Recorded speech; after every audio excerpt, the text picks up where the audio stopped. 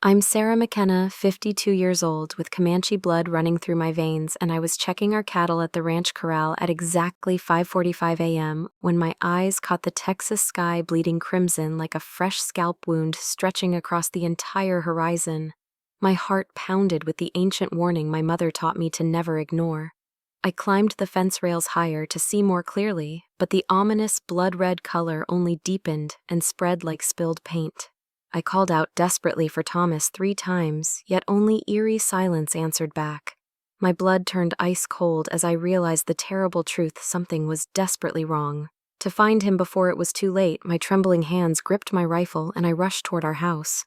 The moment I stepped through the doorway, complete darkness swallowed my vision. When every instinct screams danger, but your husband keeps deadly secrets about brothers you never knew existed. Do you trust your gut or your heart? Tell me in the comments, have you ever felt that bone-deep dread right before your entire world shattered? Let me share what I discovered next. The Texas dawn bled crimson across the sky like a fresh scalp wound, and something in my Comanche blood stirred with ancient warning as I stepped onto the porch of our ranch house. 24 years I'd walked these same boards, but this morning the familiar grooves felt like the edge of a precipice. The cattle were bawling in the distance, restless as storm clouds, their cries echoing the unease that had plagued my dreams all night. Thomas was already by the corral, his broad shoulders rigid with tension as he gripped the fence post like it might anchor him to this earth. At 55, my Irish cowboy husband still moved with the fluid grace that had first caught my eye when I was barely 18, and foolish enough to believe love could bridge any divide. But today something was wrong. Terribly bone-deep wrong. "Morning, my heart," I whispered in the Comanche tongue my white neighbors pretended not to understand, then switched to English as our daughter Emma emerged from the barn. At 27, she carried herself with the quiet defiance of a woman who'd grown up explaining her mother's darker skin and strange prayers to children who'd been taught that Indians were either noble savages or bloodthirsty demons, never simply human. Thomas turned, and the smile that had warmed my bed for over 2 decades flickered like a candle in a death wind. His weathered face was pale beneath his tan, and when he pressed a trembling hand to his chest, my world tilted on its axis. The gesture was quick, furtive, but I'd seen my father make the same motion in the days before his spirit walked the star path. "You're scaring me, Papa," Emma said softly, her schoolteacher's voice steady despite the fear I could smell on her like smoke. She'd inherited my ability to sense danger, a gift that had kept our people alive for generations, but made her an outsider in the white world she desperately wanted to belong to. Thomas moved toward us with steps that seemed to cost him dearly, his coffee cup shaking in hands that had once been steady enough to put a bullet through a silver dollar at 50 paces. "Just thinking about changes coming to the territory," he said, but his voice carried the hollow ring of a man practicing his own eulogy. I rose and went to him, my hands finding the familiar landscape of his shoulders. Beneath my fingers, his muscles were coiled tight as a rattler ready to strike.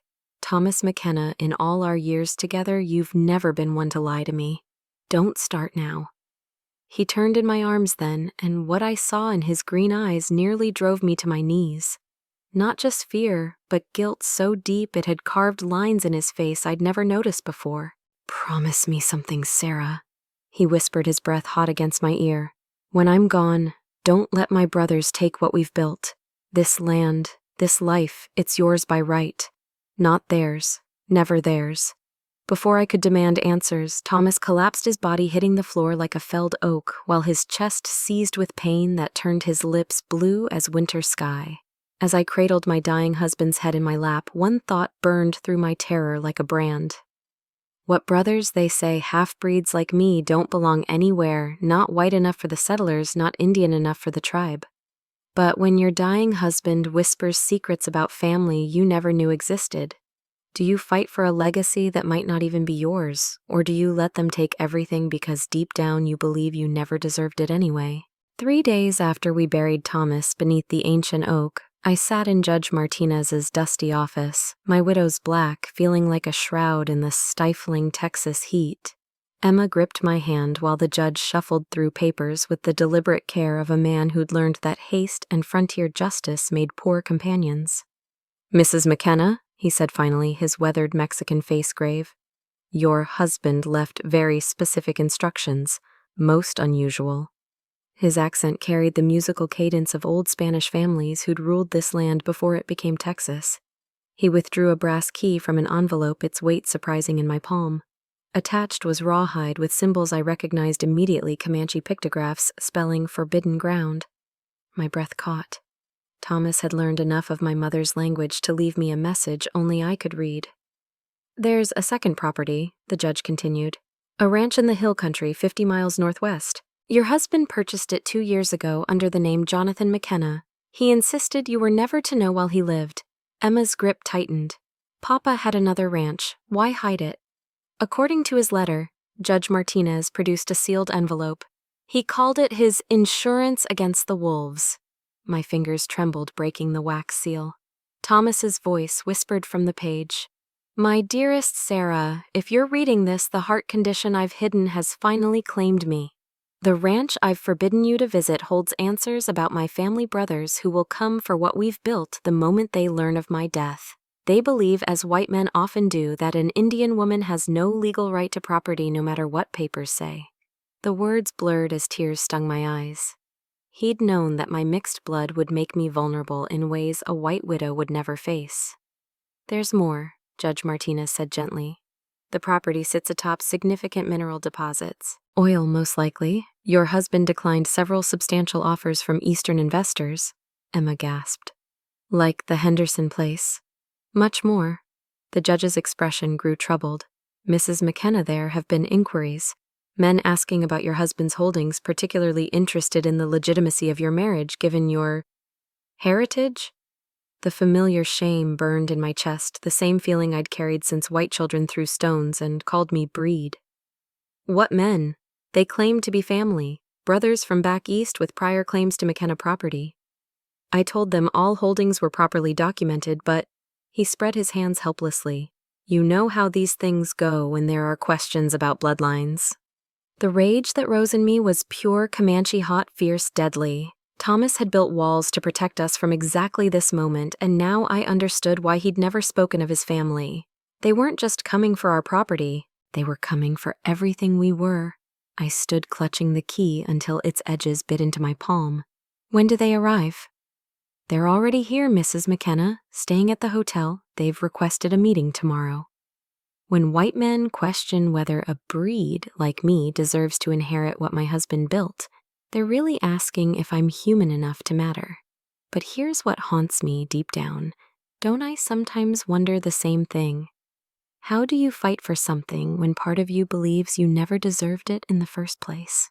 They arrived like a plague of locusts the next morning, 3 men in expensive Eastern suits that had never known honest dirt, riding in a hired buggy that looked as out of place on our ranch as a peacock in a chicken coop. I watched from the kitchen window as they approached, my coffee growing cold, while my blood ran hot with the kind of rage my Comanche grandfather would have recognized. The eldest stepped down first, tall, silver-haired with Thomas's green eyes, but none of his warmth. Behind him came 2 younger versions, all sharp angles and calculating stares that swept over our property like they were already dividing it among themselves. Emma stood beside me, her schoolteacher's composure cracking as she whispered, "They look just like Papa." "In body, maybe," I said, checking the Colt revolver Thomas had insisted I learn to use, "but not in spirit." They knocked with the arrogance of men who expected doors to open at their pleasure. When I answered, the eldest removed his hat with practiced courtesy that fooled no one. "Mrs. McKenna, I presume I'm Robert McKenna, Thomas's eldest brother. These are my brothers William and James. We've come to discuss family matters." Family. The word tasted bitter as prairie dust. "Strange how family only shows interest after the funeral," I said, not stepping aside to let them enter. Robert's smile never wavered, though his eyes hardened. "We understand your grief, but business cannot wait for mourning to end. There are complications regarding Thomas's estate that require immediate attention." "What complications?" William stepped forward, unrolling a document with theatrical flourish. "The McKenna family ranch has been in our bloodline for 3 generations. Thomas may have been managing it, but legal ownership was never properly transferred. As his surviving brothers, we have prior claim to all McKenna holdings." The lie was so brazen it took my breath away. "This ranch was bought and paid for by my husband with money he earned breaking horses and driving cattle. Your family never set foot on Texas soil until today." According to our records, James spoke for the first time, his voice smooth as snake oil. Thomas was never legally competent to make such purchases. His condition impaired his judgment significantly in recent years. Emma's sharp intake told me she'd caught their meaning. They were claiming Thomas was mentally unfit, that his marriage to a half-breed woman proved his incompetence. The familiar shame tried to rise in my throat, but I swallowed it down with 24 years of Thomas's love. My husband was the sanest man in 3 counties, I said quietly. Sane enough to know wolves when he saw them. Robert's mask slipped slightly. Mrs. McKenna, we're prepared to be generous. A widow's portion enough to live comfortably in town. But the ranch operations, the mineral rights, the business decisions, those require men of proper breeding and education. There it was. Not just my mixed blood they questioned, but my very right to exist as Thomas's equal. Emma moved closer, her hand finding mine in silent support. Get off my land, I said, each word sharp as a skinning knife. And don't come back. As they climbed into their buggy, Robert called back, We'll be filing papers with the territorial court, Mrs. McKenna. You might want to find yourself a good lawyer. The dust from their departure hadn't settled before Emma asked the question that would haunt my dreams. Mama, what if they're right? What if we don't belong here? The ride to the Comanche reservation took us through country that remembered older laws than those written in courthouses, where the wind still carried voices of my ancestors and the earth held bones of warriors who'd never surrendered their souls to white men's papers. Emma rode beside me in silence, her face troubled as storm clouds gathering on the horizon. Chief Running Bear waited for us outside his lodge, his weathered hands working a piece of leather with the patient rhythm of a man who measured time in seasons rather than heartbeats. At 60, my mother's brother carried himself with the dignity of eagles, his long gray braids adorned with feathers earned through deeds that would shame the soft men who now threatened our home. Niece, he said in Comanche, his voice carrying the weight of mountains. You come seeking the old wisdom. The white men challenge my right to the land Thomas left me, I replied in the same tongue, feeling Emma's surprise at the fluidity of words I rarely spoke at home. They say a woman of mixed blood cannot hold what a white man built. Running Bear's dark eyes studied my daughter with the intensity of a hawk reading wind patterns. And this one, does she know the strength that flows in her veins? Emma shifted uncomfortably in her saddle. I don't understand your words, Uncle, she said carefully, using the respectful term I'd taught her as a child. Then it is time you learned. He gestured toward his lodge. Come. There are things your mother has kept from you, truths your father asked me to guard until the wolves came hunting. Inside the lodge, sage smoke curled toward the opening where stars would soon appear. Running Bear produced a leather bundle. I recognized Thomas's possessions from his visits I'd never known he made. Emma gasped as he unwrapped a Comanche war shield, its painted symbols telling the story of a man who'd earned his place among the people through courage rather than blood. Your father came to me 3 winters ago, Running Bear explained, his English careful but clear for Emma's sake. He spoke of men from his past who would try to steal what he'd built. He asked me to teach him our ways of protecting family, of making the land itself, remember who belongs to it. From the bundle, he withdrew documents written in both English and Comanche pictographs, land deeds, mineral rights testimonies from tribal elders who'd witnessed Thomas's adoption into the band. My hands trembled as I recognized the significance. Thomas hadn't just legally protected our property, he'd made it sacred ground under Comanche law. Papa was adopted into the tribe, Emma whispered, wonder replacing confusion in her voice. He proved himself worthy. Running Bear nodded. When the railroad men tried to force their way across our hunting grounds, your father stood with us. When the cavalry came to relocate our children to the white schools, he hid 3 families in his barn until the soldiers passed.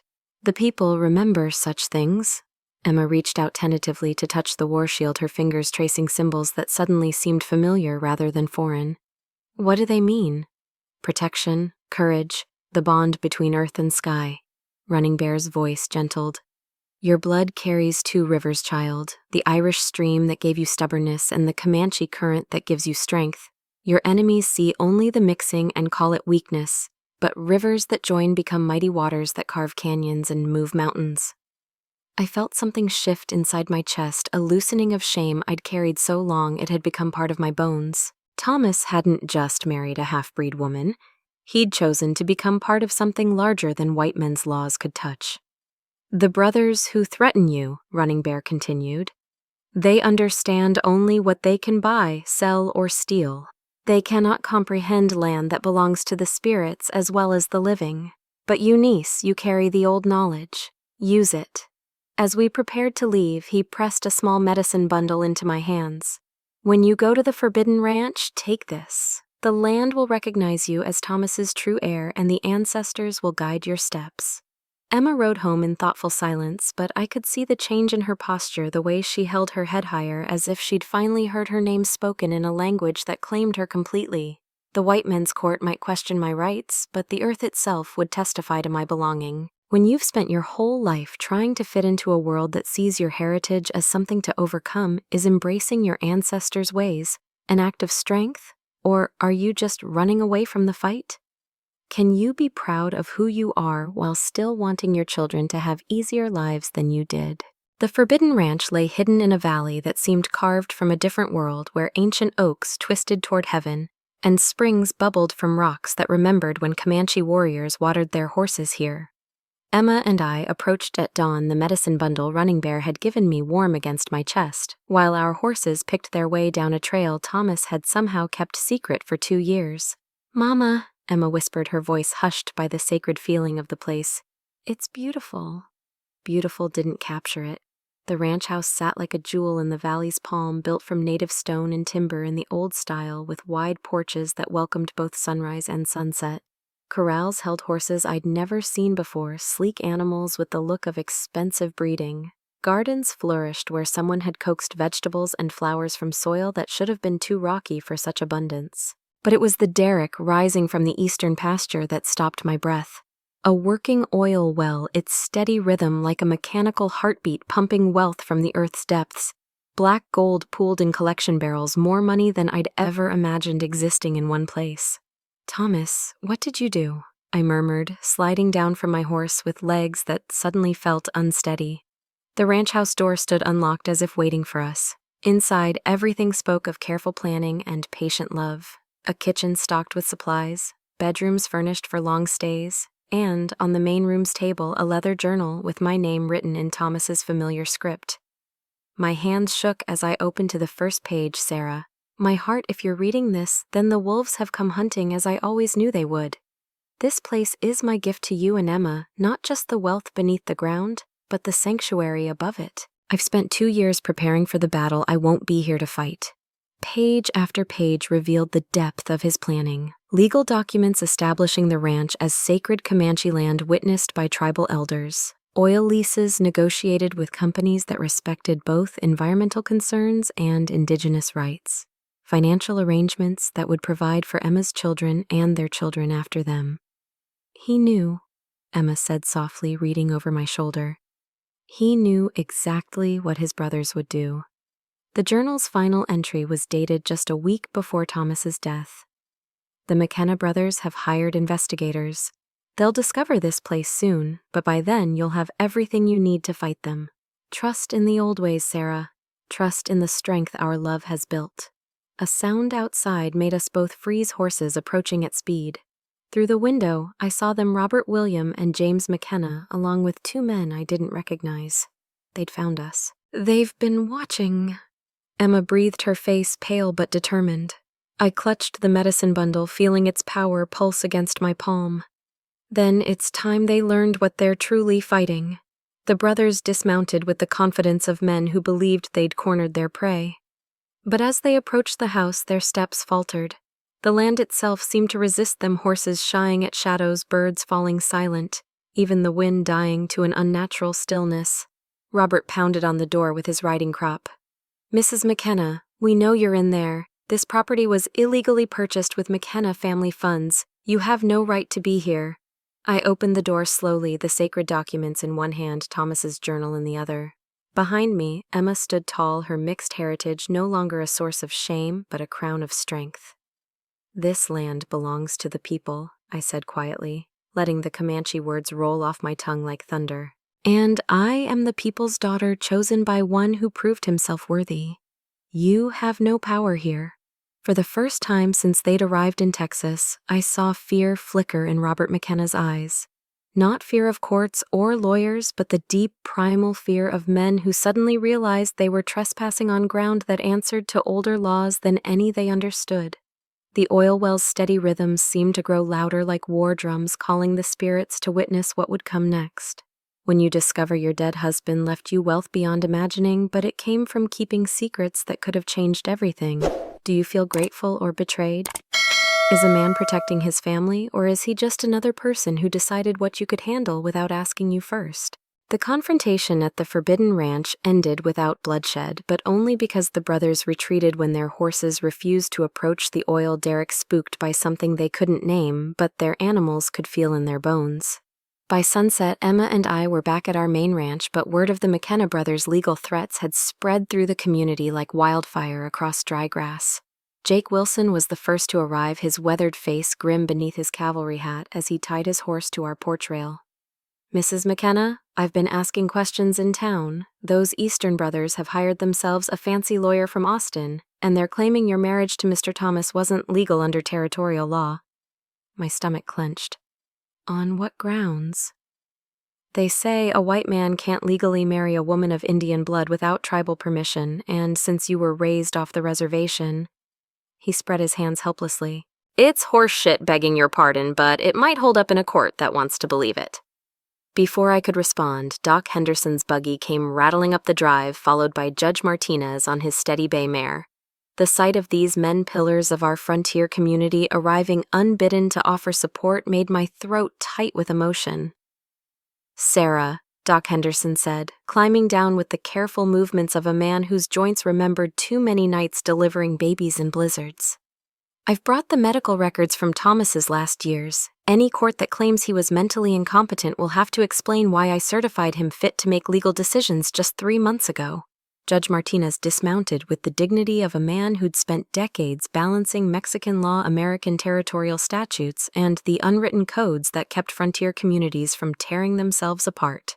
"Mrs. McKenna, I've reviewed the documents your husband filed regarding the second property. Everything was properly witnessed and recorded. These brothers have no legal standing, but that won't stop them from trying to tie things up in court for years." Emma emerged from the house carrying a tray of coffee and the good china we saved for special occasions. "Gentlemen, thank you for coming. Mama and we don't know how to fight men with that kind of money and influence." "You're not fighting them alone," a new voice declared. Chief Running Bear rode into our yard, accompanied by 3 younger Comanche men, their presence transforming the gathering from a community meeting into something approaching a war council. "The people remember Thomas McKenna's courage. We will not let his enemies steal what he died protecting."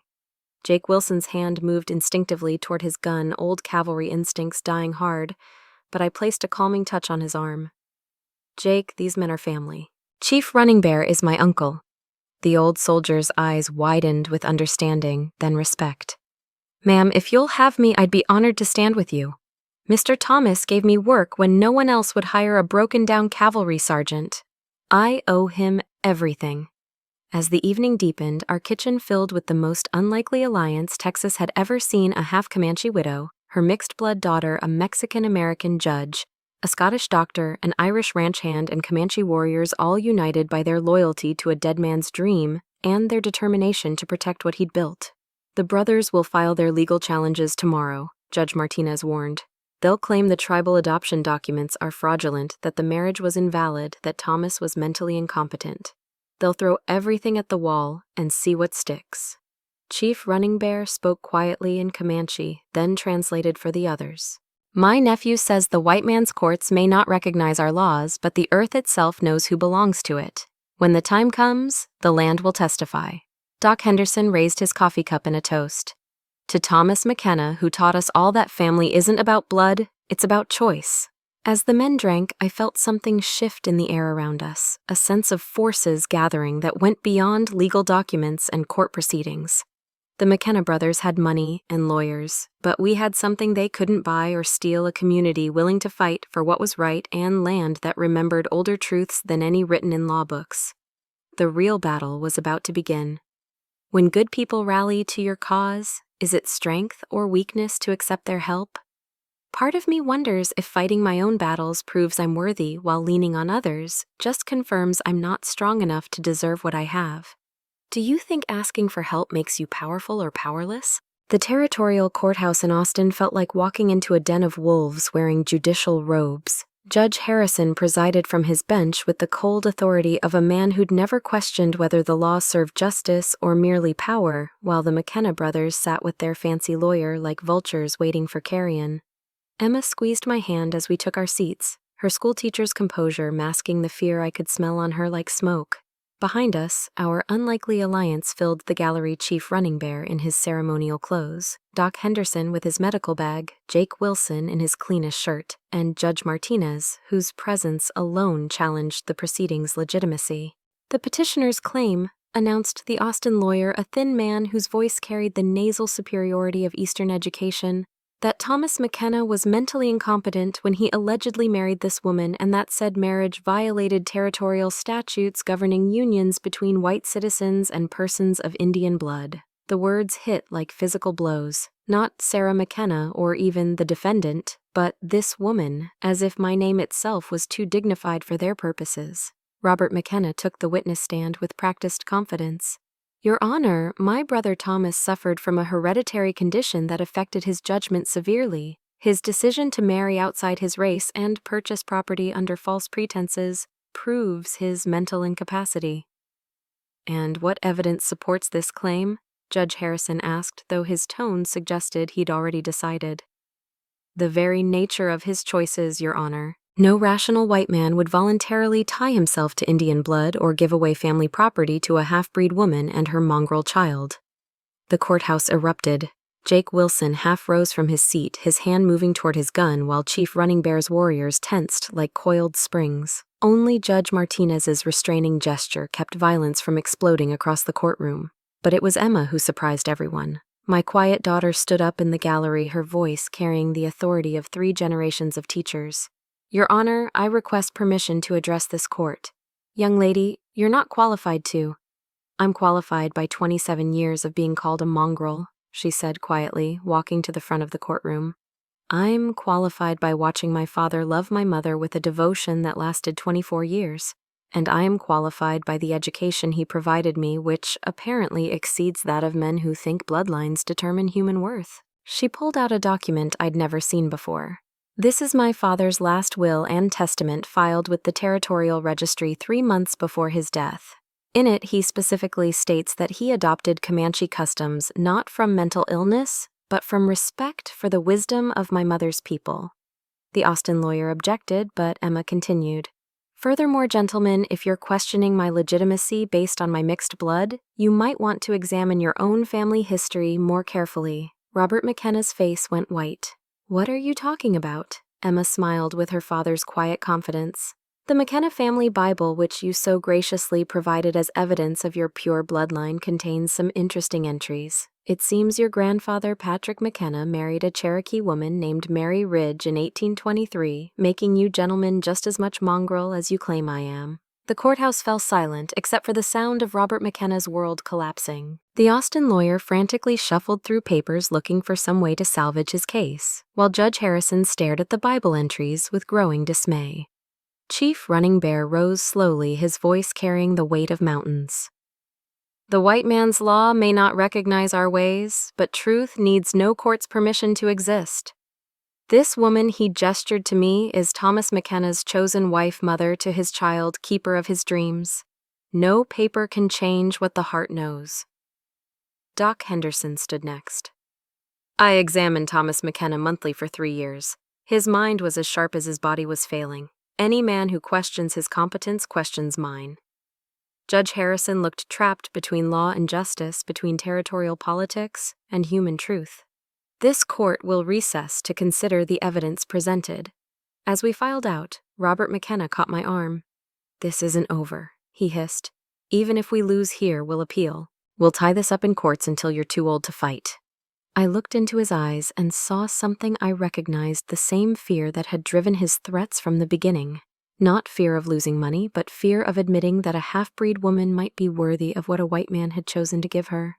"Robert," I said quietly, "you've already lost. You just don't know it yet. When the system is rigged against people like you, is winning in their courts really victory, or does it just prove you're willing to beg for scraps of justice they should have given freely?" Sometimes I wonder if fighting for acceptance from people who hate what you are just makes you complicit in your own diminishment. Judge Harrison returned to his bench 2 hours later looking like a man who'd wrestled with angels and lost. His gavel fell with the weight of reluctant justice as he cleared his throat to address the packed courtroom. After reviewing the evidence presented, he began, his voice carrying the strain of a decision that went against every prejudice in his bones. "This court finds that Thomas McKenna was of sound mind when he executed his will and marriage contract. Furthermore, the petitioner's claims of mental incompetence are not supported by medical evidence." The McKenna brothers sat frozen as their world crumbled around them. Their Austin lawyer whispered frantically in Robert's ear, but I could see defeat in the slump of his shoulders. "However," Judge Harrison continued, and my heart clenched at that word, "the question of property ownership remains complex. While the marriage is deemed valid, the territorial statutes regarding mineral rights and Indian land claims require further review." Emma's hand found mine as the judge's words sank in. We'd won the battle, but not the war. The brothers couldn't steal Thomas's ranch through legal challenges to our marriage, but they could still tie up the oil rights in territorial bureaucracy for years. As the court adjourned, Robert McKenna pushed through the crowd to confront us one final time. His face was flushed with rage and humiliation, the careful mask of Eastern sophistication finally stripped away. "You think you've won," he snarled close enough that I could smell whiskey on his breath. "I'll spend every penny I have keeping you in court. You'll die a pauper before you see a cent of that oil money." "No, she won't." The voice came from behind us, and we all turned to see a man I didn't recognize, tall-weathered, with the bearing of someone accustomed to command. He wore a simple black suit, but carried himself like money. Real money, not the borrowed authority of the McKenna brothers. "Who the hell are you?" Robert demanded. The stranger smiled, extending his hand to me with old-world courtesy. "Mrs. McKenna, I am Jonathan Whitehorse, president of Lone Star Petroleum. Your late husband and I had extensive correspondence about the mineral rights to your property." My knees nearly gave out. Another secret, another revelation from Thomas's carefully orchestrated plans. "Mr. Whitehorse," I managed, "I don't understand. Your husband was a remarkable man, ma'am. When he learned of his condition, he didn't just secure legal protection for your property, he negotiated exclusive extraction contracts with my company. Contracts that specifically require all legal challenges to be resolved before we begin operations." He turned to face the McKenna brothers, his smile turning predatory. "Gentlemen, every day you keep this matter in court costs my company approximately $10,000 in delayed production. I have teams of lawyers whose sole job is to eliminate such obstacles. I suggest you reconsider your position." Robert's face went white as the implications sank in. They weren't just fighting a half-breed widow anymore. They were fighting industrial money, the kind of power that could crush them without breaking stride. Furthermore, Whitehorse continued, producing a leather portfolio. "Your brother Thomas included some interesting documentation about your family's business practices over the years. Tax irregularities, questionable investment schemes, client fund mismanagement, the kind of information that regulatory authorities find fascinating." William and James McKenna grabbed their brother's arms, whispering urgently. I watched 24 years of Thomas's patience and planning unfold in a single moment of devastating revelation. "We'll withdraw our claims," Robert said finally, his voice barely audible. "Immediately and permanently," Whitehorse added pleasantly, "with signed documents renouncing any future interest in McKenna properties." As the brothers slunk away like whipped dogs, Whitehorse turned back to me. "Mrs. McKenna, your husband left detailed instructions about how he wanted the extraction operations conducted. Environmental protection employment for local workers and a percentage of profits designated for Comanche tribal education programs. He was thinking 3 moves ahead right until the end." Emma laughed through her tears. "That sounds like Papa." Walking out of that courthouse, I felt Thomas's presence stronger than ever. Not as a ghost or memory, but as a continuing partnership that reached across death itself. He'd given me more than property or wealth. He'd given me the tools to forge my own legacy. But as we celebrated on the courthouse steps, I couldn't shake the feeling that this victory had come at a price I was only beginning to understand. When you win a battle, you never wanted to fight using weapons you never knew you had. Are you victorious? Or just another player in someone else's game? I got everything Thomas planned for me. But sometimes I wonder, did I win because I was strong, or because I was useful to more powerful men? The ride home from Austin felt different than any journey I'd ever taken, not the desperate flight of the hunted or the determined march of the righteous, but the slow, contemplative pace of someone trying to understand what victory actually meant. Emma rode beside me in thoughtful silence, both of us processing the magnitude of what Thomas had orchestrated from beyond the grave. Our ranch appeared in the distance like a mirage of normalcy, but I knew nothing would ever be normal again. Word of our court victory had spread faster than prairie fire, and the yard was filled with neighbors, friends, and well-wishers who'd come to celebrate what they saw as a triumph of frontier justice over Eastern greed. Jake Wilson was the first to greet us, his weathered face split by a grin wide enough to hold the Texas sky. "Mrs. McKenna, you should have seen those fancy brothers hightailing it out of town like their britches were on fire and the creek was dry." Doc Henderson emerged from the crowd, his medical bag replaced by a bottle of good whiskey. "Sarah, lass, you've done something remarkable here. Stood up to power and won. Thomas would be proud." Would he, I wondered, dismounting with movements that felt disconnected from my body? Or would he be satisfied that his carefully laid plans had unfolded exactly as he'd designed them? Chief Running Bear approached with the dignity of mountains, his dark eyes reading the conflict in my face with the accuracy of a lifetime spent understanding what others tried to hide. "Victory troubles you, niece." "I should be celebrating," I said quietly, accepting the cup of coffee someone pressed into my hands. "We won. The ranch is secure, Emma's future is protected, the brothers are defeated.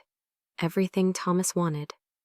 But I looked around at the faces of people who'd risked their own standing to support me, who'd defied social conventions and legal prejudices because they believed in justice. Good people, loyal people who saw this as a story of the righteous defeating the wicked. But I keep wondering if I won because I was strong, or because I was useful to more powerful men, I admitted. Thomas planned everything, the oil contracts, the legal protections, even Jonathan Whitehorse's involvement. I feel like I've been playing a part in someone else's script. Emma overheard and moved closer, her schoolteacher's mind sharp as always. "Mama, does it matter? You stood up in that courtroom. You faced down their hatred and their lies. You chose to fight instead of surrender." "Your daughter speaks wisdom," Running Bear added. "A weapon does not make a warrior. The warrior chooses to pick up the weapon." Judge Martinez joined our quiet conversation, his judicial robes replaced by simple ranch clothes that made him look more like the man I'd known for years. "Sarah, I've seen many cases where people had all the legal protections money could buy, but lacked the courage to use them. You could have taken their settlement offer, could have run from the fight. You chose to stand." The celebration continued around us, but I found myself drawn to the porch where Thomas and I had shared thousands of evening conversations. The chair where he'd sat still bore the impression of his body, and I could almost see him there, that crooked smile playing at the corners of his mouth. "You're angry with me," I said to the empty chair, surprising myself by speaking aloud. Emma settled beside me. "Are you, Mama, angry with Papa?" I considered the question seriously. I'm grateful for his protection, his foresight, his love, but I don't know how to separate what I accomplished from what he arranged for me to accomplish. "Maybe that's the wrong question," Emma suggested gently. "Maybe the question isn't whether you won because of his plans or your strength. Maybe it's what you're going to do with the victory now that it's yours." As if summoned by her words, Jonathan Whitehorse's carriage appeared on the horizon, returning for the business discussions that would shape our future. The oil extraction, the environmental protections, the tribal education programs, all of it waited for my decisions, my choices, my leadership. Thomas had given me the tools, but what I built with them would be mine alone. The celebration gradually wound down as evening approached, neighbors heading home with promises to help with the upcoming harvest, friends making plans for barn raisings and community projects. But the core group remained the unlikely family that had formed around our kitchen table during the darkest days of the fight. Tomorrow would bring new challenges, new choices, new opportunities to prove that victory was just the beginning of the story I was finally ready to write for myself. Is there a difference between being saved and saving yourself, Or does it only matter that you end up safe? Sometimes, I think the hardest part of getting everything you wanted is wondering if you actually earned it, or if you're just lucky enough to be loved by someone who was better at planning than you ever were. 1 year later, I stood on the porch of our ranch house, watching the morning sun paint the Texas sky the color of hope itself. The oiled derricks in the distance pumped steadily, their rhythm no longer foreign, but part of the land's heartbeat. Emma emerged from the barn leading a magnificent Appaloosa mare, her wedding gift to herself as she prepared to marry Doc Henderson's son next month. "The Comanche school delegation will arrive this afternoon," she said, her voice carrying the confidence of a woman who'd found her place in two worlds. "Chief Running Bear says the tribal council is pleased with the education programs." I nodded, reviewing the morning's correspondence from Jonathan Whitehorse. The oil revenues had exceeded even Thomas's projections, but more importantly, they'd been used exactly as I'd chosen, not as Thomas had planned, but as I'd decided. Environmental restoration, tribal education, women's suffrage advocacy, and a scholarship fund for children of mixed heritage who deserved better chances than I'd had. Mrs. McKenna, Jake Wilson, approached with his hat in his hands, a gesture of respect that still surprised me. "The new families from back east are here to see about the homestead plots. Good folks from what I can tell." Another of my independent choices. Instead of selling the eastern pastures to speculators, I'd divided them into small farms for immigrants and freed slaves, creating a community that reflected Thomas's values but bore my vision. The McKenna brothers would have been appalled, which made the decision even sweeter. Emma mounted her horse with the fluid grace of someone equally comfortable in English side saddle or Comanche riding style. "I'll be back for the council meeting. Are you ready for this, Mama? Ready to host tribal leaders, oil executives, territorial officials, and immigrant families in the same afternoon? Ready to navigate between Comanche tradition and white business practices? Ready to prove that a half-breed woman could build something lasting?" "I've been ready my whole life," I said, surprising myself with the truth of it. I just didn't know it yet. As Emma rode toward town, I walked to Thomas's grave beneath the ancient oak. The headstone bore words in both English and Comanche: "Beloved husband, father, and bridge between worlds." But today, for the first time, I wasn't visiting to ask his guidance or forgiveness. "I've made my choices, Thomas," I said aloud, placing fresh wildflowers on the grave. "Some you would have approved of, others might have surprised you, but they're mine." The wind through the oak leaves sounded almost like laughter, not mocking but approving. Thomas had given me tools, but the house I'd built with them was uniquely mine, part Irish determination, part Comanche wisdom, part frontier pragmatism, and entirely Sarah McKenna.